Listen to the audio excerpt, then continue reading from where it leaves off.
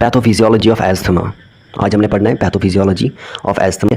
तो पैथोफिजियोलॉजी किसी भी डिजीज़ को पढ़ने से पहले हमने पैथोफिजियोलॉजी क्या होती है ये पता होना चाहिए। पैथोफिजियोलॉजी होती है कि एक ऐसी ब्रांच है जो डिजीज़ और इंजरीज़ की वजह से बॉडी में होने वाले फंक्शनल चेंजेस को स्टडी करती है। मैंने क्या कहा? मैंने कहा कि पैथोफिजियोलॉजी एक ऐसी ब्रांच है जो डिजीज़ और इंजरीज़ की वजह से बॉडी में होने वाले फंक्शनल चेंजेस को स्टडी करती है।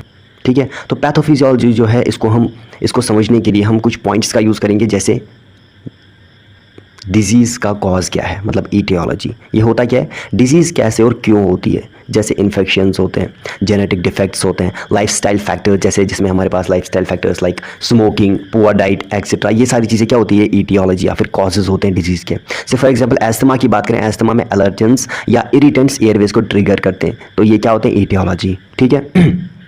दूसरा पॉइंट जिससे हम पैथोफिजियोलॉजी को समझ सकते हैं, पैथोजेनेसिस। पैथोजेनेसिस क्या होता है, डिजीज़ डेवलप होने की प्रोसेस और जो उसमें स्टेजेस होती हैं उसको क्या बोलते हैं, पैथोजेनेसिस। डिजीज़ डेवलप होने के प्रोसेस को और उसकी स्टेज को हम पैथोजेनेसिस बोलते हैं। कैसे एक डिजीज़ प्रोग्रेस करती है, ठीक है ना, कैसे एक डिजीज़ डेवलप होती है, उसकी स्टेजेस कैसे होती हैं, वो उसमें हम पढ़ते हैं पैथोजेनेसिस में। ठीक है। से फॉर एग्जाम्पल एस्थमा में एलर्जन से एयरवेज में इन्फ्लेमेशन होती है और ब्रोंको कंस्ट्रिक्शन होती है, जिससे ब्रीदिंग डिफिकल्ट हो जाती है। तो इसको हम क्या कह सकते हैं, पैथोजेनेसिस ऑफ द एस्थमा। ठीक हो गया। देन हमारे पास तीसरा पॉइंट क्या है जिससे हम इसको समझ सकते हैं, फंक्शनल चेंजेस। तो डिजीज़ की वजह से होने वाले चेंजेस जो ऑर्गन्स और सिस्टम पर इम्पैक्ट डालते हैं वो होते हैं फंक्शनल चेंजेस। से फॉर एग्जांपल एस्थमा में एयरवेज नैरो हो जाती हैं और म्यूकस प्रोडक्शन बढ़ जाता है, जिससे एयर फ्लो ऑब्स्ट्रक्ट हो जाता है। तो ये क्या है, ये फंक्शनल चेंजेस हैं एस्थमा में। फोर्थ पॉइंट क्या है, क्लिनिकल मैनिफेस्टेशंस, जिनको हम साइंस एंड सिम्टम्स बोलते हैं, जो पेशेंट एक्सपीरियंस करता है। ठीक है। तो इसमें हम एग्जांपल देते हैं एस्थमा के सिम्टम्स जो हैं उनमें wheezing, coughing, shortness of breath जिसको डिस्निया बोलते हैं, एंड चेस्ट टाइटनेस जो है इंक्लूडेड है। ठीक हो गया। तो अब हम देखते हैं पैथोफिजियोलॉजी ऑफ एस्थमा, मतलब कि डिजीज़ का मैकेनिज्म। ओके, तो आपको समझ आ गया पैथोफिजियोलॉजी होती क्या है। तो अब हम एस्थमा की पैथोफिजियोलॉजी को डिस्कस करते हैं। तो एस्थमा एक कम्प्लेक्स कंडीशन है ना, तो जिसमें हमारे पास जेनेटिक्स और एनवायरमेंटल फैक्टर्स का इंटरेक्शन होता है ना। तो इसमें कई इन्फ्लेमेटरी सेल्स इन्वॉल्व होते हैं जो अलग अलग मीडिएटर्स रिलीज करते हैं। तो सबसे पहले एस्थमा की पैथोफिजियोलॉजी में क्या होता है, तो सबसे पहले होता है ट्रिगर फैक्टर।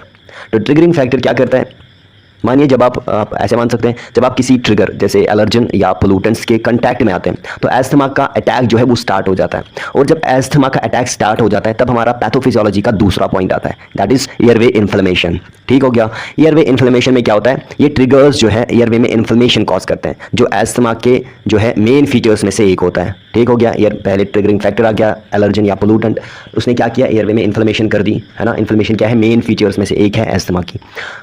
अब क्या होगा, अब इससे तीन चीज़ें होंगी। पहला क्या होगा, hyper secretion of the mucus. Inflammation की वजह से म्यूकस ग्लैंड्स ज़्यादा म्यूकस प्रोड्यूस करने लगती हैं, जिसकी वजह से हाइपर सिक्रीशन होता है म्यूकस का। हाइपर सिक्रीशन, बहुत ज़्यादा म्यूकस बढ़ जाता है एयरवे में। ठीक हो गया।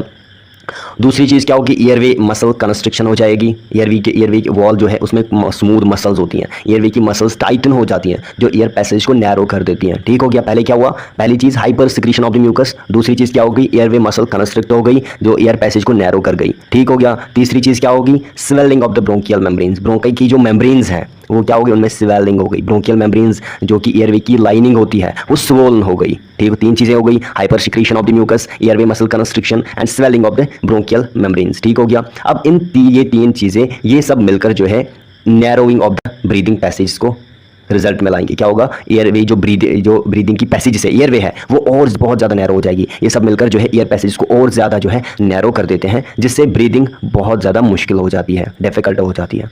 तो इसके बाद जब ये सब हुआ, फिर उसके बाद क्या होता है, जो प्रॉब्लम्स इसकी वजह से होती है, जो सिम्टम्स इससे आते हैं, वो इस सब का जो रिजल्ट होता है वो होता है वीजिंग। मतलब कि जब पेशेंट सांस लेता है विद एस्थमा उसको सीटी जैसी आवाज़ निकलती है, और कफ होता है मतलब खांसी होती है, शॉर्टनेस ऑफ ब्रेथ होता है मतलब सांस लेने में तकलीफ होती है, और चेस्ट टाइटनेस होती है, छाती में जकड़ जैसा लगता है। ठीक हो गया।